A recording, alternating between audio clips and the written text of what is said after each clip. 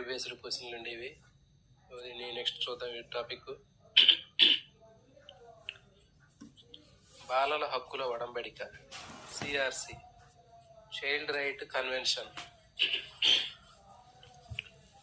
1979లో మహిళలు బాలల రక్షణ ప్రకటన చేయటం జరిగింది. 1985లో బాల నేరస్తుల పట్ల పాటించాల్సినటువంటి ఐక్యరాజ్య సమితి ప్రమాణాల్ని 1985లో రూపొందించడం జరిగింది. 1986లో బీజింగ్లో ఐక్యరాజ్య సమితి తెలియజేసినటువంటి సామాజిక న్యాయ సూత్రాలని చెప్పడం జరిగింది. సో వీటన్నిటినీ సమైక్యపరిచి, అంటే ఇప్పుడు చెప్పినటువంటి అంశాలను సమైక్యపరిచి 1989లో నవంబర్ 20న ఐక్యరాజ్య సమితి బాలల హక్కులను ఆమోదించింది. ఐక్యరాజ్య సమితి బాలల హక్కులను ఎప్పుడు ఆమోదించింది అంటే 1989 నవంబర్ 20న ఆమోదించింది. నవంబర్ 20ని ప్రపంచ బాలల హక్కుల పరిరక్షణ దినోత్సవంగా పిలుస్తారు. ప్రపంచ బాలల హక్కుల పరిరక్షణ దినోత్సవం అని ఎప్పుడు పిలుస్తారు అంటే నవంబర్ 20ని ప్రపంచ బాలల హక్కుల పరిరక్షణ దినోత్సవంగా పిలుస్తారు. ఇది ఎప్పటి నుంచి జరుపుతున్నారు అంటే 1954 సంవత్సరం నుంచి జరుపుతున్నారు. దీనికి మరి విశిష్టమైనటువంటి ప్రాధాన్యం ఉందంట. ఎందుకంటే 1959లో ఐక్యరాజ్య సమితి జనరల్ అసెంబ్లీ బాలల హక్కుల ప్రకటన ఆమోదించినటువంటి తేదీ, అదేవిధంగా 1989లో యునైటెడ్ నేషన్స్ జనరల్ అసెంబ్లీ బాలల హక్కుల ఒడంబడిక ఆమోదించిన తేదీ కూడా రెండు ఒకే తేదీ. అంటే చెప్పాం కదా మనం, నవంబర్ 20న ఈ రెండు కూడా ఆమోదించినటువంటి తేదీలు ఒకటే, నవంబర్ 20. సో ఇప్పుడు సిఆర్సి గురించి చూద్దాం. Child right convention. సిఆర్సి అంటే చైల్డ్ రైట్ కన్వెన్షన్. బాలల హక్కుల ప్రకటన మొదట నానాజాతి సమితి 1924లోను, ఐక్యరాజ్య సమితి 1959లోను ప్రకటించినా కానీ వాటికి చట్టబద్ధత లేదు.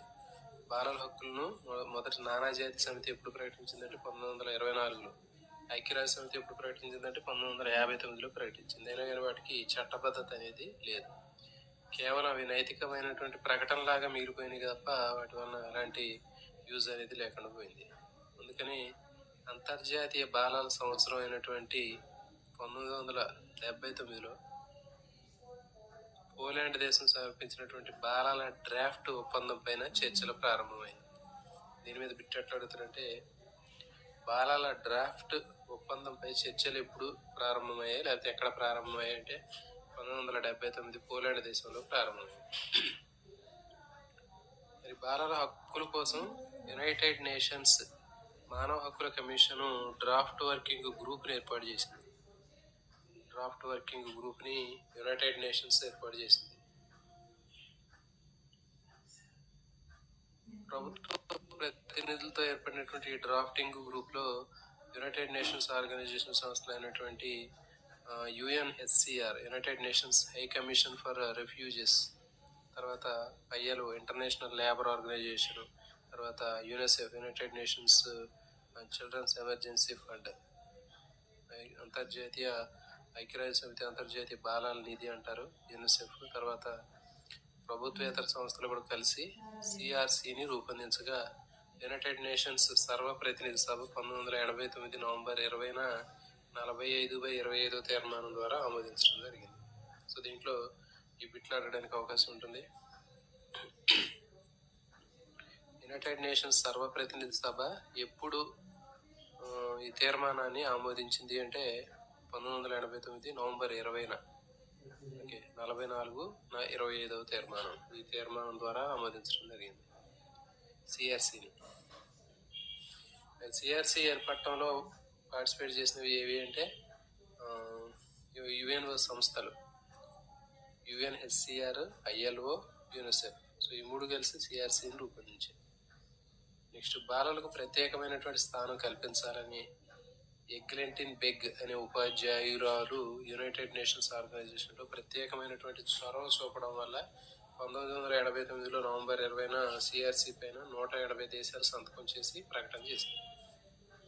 సో దీంట్లో బిట్ ఏంటి అంటే, ఏ ఉపాధ్యాయురాలి చొరవ వలన 1989లో నవంబర్ 20న సిఆర్సి పైన సంతకాలు చేశాయి. 180 దేశాలు సంతకం చేశాయి. అంటే ఎగ్ లెంటిన్ బెగ్ అనే ఉపాధ్యాయురాలు.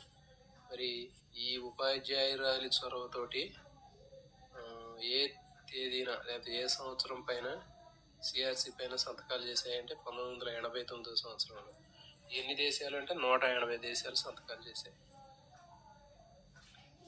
మరి ఇవి 1990 సెప్టెంబర్ 2 నుంచి అమల్లోకి వచ్చాయి. ఓకే, కానీ 1992 సిఆర్సి అనేది 1990 సెప్టెంబర్ 2 నుంచి అమల్లోకి వచ్చింది. కానీ 1990 సెప్టెంబర్ 30న ఐక్యరాజ్య సమితి బాలల అభ్యున్నతి కోసం ఒక ప్రపంచ స్థాయి సదస్సుని నిర్వహించి world declaration on survival protection and development of children అనే పేరు మీద బాలల హక్కుల ప్రకటన చేసింది. ఓకే, కానీ 1990లో సెప్టెంబర్ 2లోకి అమల్లోకి వచ్చింది. కానీ సెప్టెంబర్ 30న ఐక్యరాజ్య సమితి బాలల అభ్యున్నతి కోసం ప్రపంచ స్థాయిలో సదస్సును నిర్వహించింది. నిర్వహించినటువంటి సదస్సులో world declaration for survival protection and development of children అనే పేరు మీద ఈ బాలల హక్కుల ప్రకటనని చేయడం జరిగింది. మరి భారత ప్రభుత్వం మాత్రం 1992 డిసెంబర్ 11న ఈ ఒప్పందాన్ని ఆమోదించింది. మరి భారత ప్రభుత్వం మాత్రం ఈ సిఆర్సి ఏదైతే ఉందో దాన్ని ఎప్పుడు ఆమోదించింది అంటే 1992 డిసెంబర్ 11న ఈ ఒప్పందాన్ని ఆమోదించింది. 1993లో జరిగిన world Conference on Human Rights 1995 అంతానికి ఈ సిఆర్సి ఒప్పందాన్ని అందరూ ఆమోదించాలని గడువును ప్రకటించడంతో ఈ రెండు కాన్ఫరెన్స్లో ఎక్కువ దేశాలు సిఆర్సి పైన సంతకం చేయడానికి కృషి చేశాయి. ఓకే, 1993లో World Conference on Human Rights, 1995 అంతానికి ఈ సిఆర్సి పై ఒప్పందం పైన సంతకాలు చేయాలని ఎక్కువ దేశాలు ఫోర్స్లోకి రావడం జరిగింది. ఓకే, మరి ఈ సిఆర్సి ఒప్పందంలో పాల్గొని సంతకం చేయనటువంటి ఒకే ఒక దేశము ఏదంటే అమెరికా. ఇది ఇంపార్టెంట్. సిఆర్సి ఒప్పందంలో పాల్గొని సంతకం చేయనటువంటి దేశం ఏది అంటే అమెరికా. మరి బాల హక్కుల విద్య లక్ష్యం యొక్క ప్రాముఖ్యత ఏంటో చూద్దాం. బాలల సంస్కృతి హక్కులను కాపాడటం, బాలల హక్కుల చైతన్యం, బాలల హక్కుల జ్ఞాన విస్తరణ, బాలల హక్కులను బలపరచడం, మానవ విలువలను పెంపొందించడం, బాధ్యతలు తీసుకోవడం, క్రమశిక్షణ పెంపొందించడం. సో ఇవన్నీ దీనికి సంబంధించినవి. నెక్స్ట్ ఇంకా మరి ఉపాధ్యాయులు తరగతి నియంత్రణ లేదా విద్యార్థుల ప్రవర్తన పట్ల సాధారణమైనటువంటి అదుపును వర్ణించే పదమే క్రమశిక్షణ. జనరల్గా ఈ క్రమశిక్షణ అనే పదం తరగతి గదిలో ఉపాధ్యాయులు ఉపయోగిస్తుంటారు. విద్యార్థుల యొక్క ప్రవర్తన పట్ల కానీ వాళ్ళ యొక్క ప్రవర్తన అదుపులో ఉంచడానికి ఉపయోగించేటటువంటి పదమే క్రమశిక్షణ. బాలల హక్కులు ఒడంబడికలో ఉన్నటువంటి ప్రకరణలు 54 ఉన్నాయి. ఇది ఇంపార్టెంట్. బాలల హక్కుల ఒడంబడిక సిఆర్సి చైల్డ్ రైట్ కన్వెన్షన్ అని చెప్పారు కదా. ఈ బాల హక్కుల ఒడంబడికలో ప్రకటనలో 54 ఉన్నాయి మొత్తం ప్రకరణలు. ఈ 54 ప్రకరణలో సిఆర్సి మొత్తం 54 ప్రకరణలు. దీన్ని మొత్తం 3 భాగాలుగా డివైడ్ చేశారండి. మొదటి భాగం చూద్దాం. దీంట్లో 1 నుంచి 41 ప్రకరణలు ఉంటాయి. మొదటి 41 ప్రకటనలు అనేవి మొదటి భాగంలో ఉంటాయి. ఓకే, మరి ఇందులో 18 సంవత్సరాలలోపు బాలబాలికలకు వర్తించే హక్కులు ఏమిటి, వాటిని పేర్కొని వాటి అమలులో తేవడానికి అవసరమైన మార్గదర్శక సూత్రాలు ఉంటాయి. దీంట్లో వీటిని ఆపరేషనల్ హక్కులు అంటారు. అంటే 18 సంవత్సరాలలోపు ఉన్నటువంటి బాలబాలికలకి ఎలాంటి హక్కులు వర్తిస్తాయి, మరి వాటిని అమల్లో తేవాలంటే ఎలాంటి గైడ్ లైన్స్ని ఫాలో అవ్వాలి అనేటటువంటిది మొత్తం కూడా ఈ మొదటి భాగంలో ఉంటాయి. అంటే 1 నుంచి 41 వరకు ఉన్నటువంటి ఈ ప్రకరణల్లో ఉంటాయి. వీటినే ఆపరేషనల్ హక్కులు అంటారు. ఆపరేషనల్ హక్కులు అనేవి ఏ భాగానికి చెందితాయి అని అడుగుతారు. మొదటి భాగం, రెండో భాగం, మూడో భాగం. సో ఇది మొదటి భాగం. రెండో భాగం ఇందులో 42 నుంచి 45 వరకు ప్రకరణలు ఉంటాయి. 42 నుంచి 45 వరకు ఉన్నటువంటి ప్రకరణలో రెండో భాగానికి సంబంధించినవి. మరి ఈ ప్రకరణ సభ్య దేశాలు సదస్సులు పేర్కొన్న సూత్రాలను అనుసరించడంలో వాటి బాధ్యతను గురించి తెలిపే. ఇదేంటే ఏం చెప్పిందంటే సభ్య దేశాలు సదస్సులు పేర్కొన్న సూత్రాలు, సభ్య దేశాలు మరి ఆ సదస్సులో పాల్గొనడంలో అవి ఎలాంటి బాధ్యతలను వహించాలి అనేటటువంటి వాటి యొక్క బాధ్యతల గురించి దీంట్లో చెప్పడం జరుగుతుంది రెండో భాగంలో. వీటిని ఎన్ఫోర్స్మెంట్ హక్కులు అంటారు. గుర్తుపెట్టుకుంటే రెండవది ఎన్ఫోర్స్మెంట్ హక్కులు, మొదటిది ఆపరేషనల్ హక్కులు. మొదటి ఆపరేషనల్ హక్కులు, రెండవది ఎన్ఫోర్స్మెంట్ హక్కులు అని పిలుస్తారు. నెక్స్ట్ మూడో భాగంలో 46 నుంచి 54 వరకు ఉన్నటువంటి ప్రకరణలు దీంట్లో ఉంటాయి. మరి దీంట్లో సిఆర్సిలో చేరడానికి ఆమోదించడానికి సంబంధించినటువంటి అంశాల గురించి తెలిపారు. సిఆర్సిలో ఎలా చేరాలి, మరి దాన్ని ఎట్లా ఆమోదించాలి అంటే వీటికి సంబంధించినటువంటి అంశాలు అనేవి ఉంటాయి. వీటిని పరిపాలనా పరమైనటువంటి హక్కులుగా పిలుస్తారు. ఇవి పరిపాలనా పరమైనటువంటి హక్కులు గుర్తుపెట్టుకోండి. రెండవది ఎన్ఫోర్స్మెంట్ హక్కులు, మొదటిది ఆపరేషనల్ హక్కులు, రెండవది ఎన్ఫోర్స్మెంట్ హక్కులు, మూడవది పరిపాలనా పరమైనటువంటి హక్కులు అంటారు. 3 భాగాల్లో 1 నుంచి 41 వరకు బాలలకు సంబంధించినటువంటి హక్కులు ఉంటే 42 నుంచి 54 వరకు వారి హక్కులు న్యాయస్థానం ద్వారా, రాజ్యాంగం ద్వారా, చట్టాల ద్వారా వివిధ దేశాలు ఎలా అమలు చేయాలి అనేటువంటి అంశాలను తెలియజేసుకుంటాయి. 1 నుంచి 41 వరకు బాలకు సంబంధించినటువంటి హక్కులు అయితే 42 నుంచి 54 వరకు వారి యొక్క హక్కుల్ని న్యాయస్థానాల ద్వారా కానివ్వండి, రాజ్యాంగం ద్వారా కానీ, చట్టాల ద్వారా వివిధ దేశాలు ఎలా అమలు చేయాలి అనేటటువంటి అంశాలు మొత్తం తెలియజేస్తుంది. నెక్స్ట్ మరి రాష్ట్ర బాలల హక్కుల పరిరక్షణ కమిషన్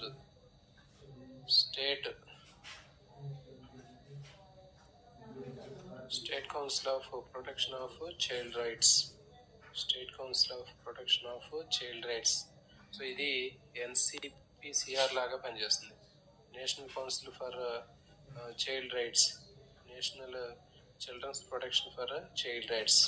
ఓకే, ఇది దీనిలాగా మనది నేషనల్ లెవెల్లో ఎట్లా ఉందో జాతీయ స్థాయిలో, ఇది మన రాష్ట్ర స్థాయిలో SCPCR. Okay, state council for protection of child rights, రాష్ట్ర బాలల హక్కుల పరిరక్షణ కమిషన్ అంటారు. ఇది మన రాష్ట్ర స్థాయిలో పనిచేస్తుంది. సభ్యుల సంఖ్య, విధి విధానాలు, కాల పరిమితి పూర్తిగా సేమ్ దానిలాగే ఉంటాయి. జాతీయ స్థాయిలో ఉన్నటువంటి NCPCR లాగే ఉంటాయి దీంట్లో కూడా. చూడండి, ఇవి ఇప్పుడు ఇంపార్టెంట్ బిట్స్. ఇవి జాతీయ మొట్టమొదట NCPCR, national council for protection of child rights, జాతీయ స్థాయిలో ఉన్నటువంటి NCPCR మొదటి చైర్మన్ శాంతా సిన్హా. ఇతను రామన్ మెగాసెసే అవార్డు గ్రహీత. తర్వాత MV ఫౌండేషన్ అధినేత, మామిడిపూడి వెంకటరంగయ్య అంటారు. MV ఫౌండేషన్ అధినేత, పద్మశ్రీ అవార్డు గ్రహీత, హైదరాబాద్ సెంట్రల్ యూనివర్సిటీ ప్రొఫెసర్ అయిన. ఎవరైనా జాతీయ మొదటి NCPCR చైర్మన్ శాంతా సిన్హా. ఇది నేషనల్ లెవెల్లో ఉన్నటువంటిది. మరి ప్రస్తుతం ఉన్నటువంటి NCP చైర్మన్ ఎవరు అంటే ప్రియాంకా కానూన్. గుర్తుపెట్టుకోండి, ఇట్లా అడగడానికి అవకాశం ఉంటుంది. ప్రియాంకా కానూన్ ప్రస్తుతం NCPCR చైర్మన్. మరి మన తెలంగాణ తీసుకున్నట్లయితే స్టేట్ లెవెల్లో మన తెలంగాణకు సంబంధించినటువంటి SCPCR చైర్మన్ J. శ్రీనివాసరావు. గుర్తుపెట్టుకోండి, J. శ్రీనివాసరావు. మరి ఏపీకి తీసుకున్నట్లయితే ఏపీకి SCPCR చైర్మన్ ఎవరంటే కేఎస్అలి అప్పారావు.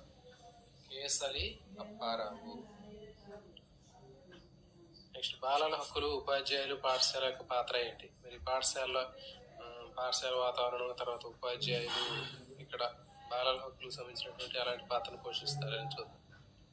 వృత్తిపూర్వక శిక్షణ, ఉపాధ్యాయుల శిక్షణలోనే బాలల హక్కుల పైన అవగాహన ఉంటుంది. అంటే టీచర్ ట్రైనింగ్ చేసేటప్పుడే బాలల హక్కుల గురించి అక్కడ అవగాహన అనేది కలిగి ఉంటుంది. తర్వాత వృత్యంతర శిక్షణ, ఇన్ సర్వీస్ ట్రైనింగ్ కూడా ఉంటుంది. నేషనల్ కౌన్సిల్ ఫ్రేమ్వర్క్ 2005 బాలల హక్కులకు సంబంధించినటువంటి వివిధ స్థాయిల్లో పాఠ్య ప్రణాళిక సిద్ధం చేసింది. ఈ కరికులంలో కూడా ఈ బాలల హక్కులకు సంబంధించినటువంటి వివిధ స్థాయిల్లో పాఠాలు బోధించడం జరుగుతుంది. ఇంకా దానికి తగినట్లుగా ఉపాధ్యాయులకి సెమినార్లు కానివ్వండి, ఇంకా వర్క్ షాపులు కానివ్వండి, ఓరియంటేషన్ క్లాసులు కానివ్వండి, సో ఇవన్నీ కూడా జరుగుతూ ఉంటాయి. మరి బాలల భాగస్వామ్య భావన అంటే ఏంటి చూద్దాం. బాలల భాగస్వామ్య భావన అంటే వారు తమ హక్కులను గుర్తించి తామే వాటిని పరిరక్షించుకోవడానికి పూనుకోవడం. సో దీన్ని ఏమంటారంటే బాలల భాగస్వామ్య భావన అని పిలుస్తారు.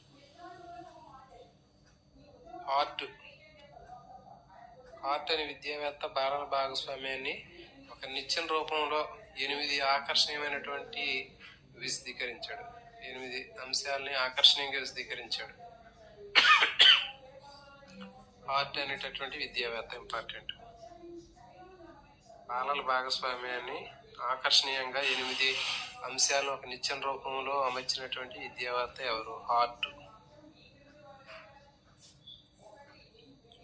మరి అవేంటి అంటే నిర్వహణ సామర్థ్యము, అలంకారప్రాయంగా ఉండటం, పిల్లలు సాక్ష్యంగా ఉండడం, సమాచారాన్ని తెలిపి అప్పగించే పనులు, సంప్రదించి అప్పగించడం, పెద్దల భాగస్వామ్యంలో పంచుకునే నిర్ణయాలు, బాలల నిర్ణీత భాగస్వామ్యము ప్రయత్నాలు, బాలల భాగస్వామ్యంలో పెద్దల నిర్ణయాలు. నెక్స్ట్ బాలల హక్కుల పరిరక్షణ కోసం భారతదేశంలో చేసినటువంటి చట్టాలు చూద్దాం.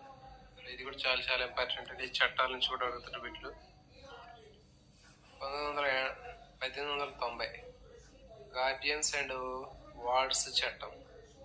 1929 బాల్య వివాహ నిషేధ చట్టం, దీన్ని శారదా చట్టం అని కూడా అంటారు. 2006 బాల్య వివాహ నిషేధ సవరణ చట్టం 2006.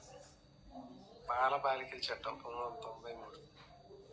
ఫ్యాక్టరీ చట్టం, కర్మాగారాల చట్టం 1948. గనుల చట్టం 1952. Mines act. ప్రత్యేక marriage act, special marriage act 1954. Hindu దత్తత నిర్వహణ చట్టం 1956. హిందూ మైనారిటీ గార్డియన్షిప్ చట్టం 1956. దీనిపైన 1986లో సవరణ చేశారు. ఈ హిందూ మైనారిటీ సంరక్షణ ప్రకారం 18 ఏళ్ళు నిండని వారు మైనర్లు. నెక్స్ట్ 1956 మనుషుల అక్రమ రవాణా నిషేధ చట్టం, ఇమ్మోరల్ ట్రాఫిక్ ప్రివెన్షన్ యాక్ట్. ఈ చట్టాన్ని 1986లో సవరణ చేశారు. 1956 చట్టం ఇది. మనుషుల అక్రమ రవాణా నిషేధ చట్టం. ఇమోరల్ ట్రాఫిక్ ప్రివెన్షన్ చట్టం. ఈ చట్టాన్ని 1986లో సవరణ చేశారంట. నెక్స్ట్ 1956లో యంగ్ పర్సన్స్ యాక్ట్, యవ్వనంలో వ్యక్తుల అనైతిక ప్రచురణల నిషేధ చట్టం. నెక్స్ట్ 1956లో ప్రొహిబిషన్ అండ్ అఫెండర్స్ యాక్ట్. 1960 బాలల చట్టం. 1960 organisation and other charitable home చట్టం. నెక్స్ట్ 1961 వరకట్న నిషేధ చట్టం. 1961లో ప్రసూతి సదుపాయాల చట్టం. సో ఇవి దీనికి సంబంధించినటువంటి ఇంపార్టెంట్ టాపిక్స్ సంబంధించినవండి. ఇవన్నీ బాలల హక్కులకు సంబంధించినవి. సో ఇవి ఈరోజు టాపిక్. సో మరి ఎవరైతే ఛానల్ కొత్తగా చూస్తున్నారో ఛానల్ చూసేవాళ్ళు ఛానల్ సబ్స్క్రైబ్ చేయండి. ఎలాంటి పర్స్పెక్టివ్ ఎడ్యుకేషన్ సంబంధించినటువంటి టాపిక్ రెగ్యులర్గా ఒక టాపిక్ ఉంటుంది. దాని మీద నెక్స్ట్ డే ప్రాక్టీస్ బిట్లు ఉంటాయి. సో మీరు మీ ఫ్రెండ్స్ కూడా షేర్ చేయండి. మరి ఇంకా వీడియోని తప్పకుండా లైక్ చేయండి. రేపు ఇంకొక టాపిక్లో మనం తర్వాత కలుద్దాం. రేపు టాపిక్ వచ్చేసి విద్యా హక్కు చట్టం. ఓకే, విద్యా హక్కు చట్టం RT, right to education act, RT act గురించి నెక్స్ట్ టాపిక్ ఉంటుంది. ఓకే అండి, అందరూ తప్పకుండా వీడియోని లైక్ చేయండి, షేర్ చేయండి.